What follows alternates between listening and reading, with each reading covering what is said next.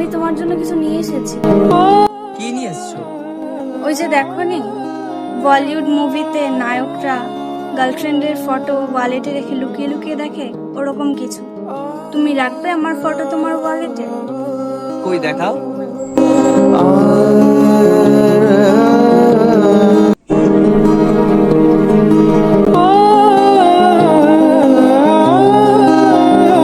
এখন থেকে তুমি সব সময় আমার সাথে থাকবে। এরকম কথা বলো না, আমার এখন লজ্জা লাগছে। এখন তো তোমাকে আমি সব সময় দেখতে পারবো, কিন্তু তুমি আমাকে সরি। It's okay. দিদি এবার চলো, অনেক লেট হয়ে গেছে। তাহলে এবার আসা যাক। নিজের খেয়াল রেখো। তাহলে এবার আসি। হ্যাঁ।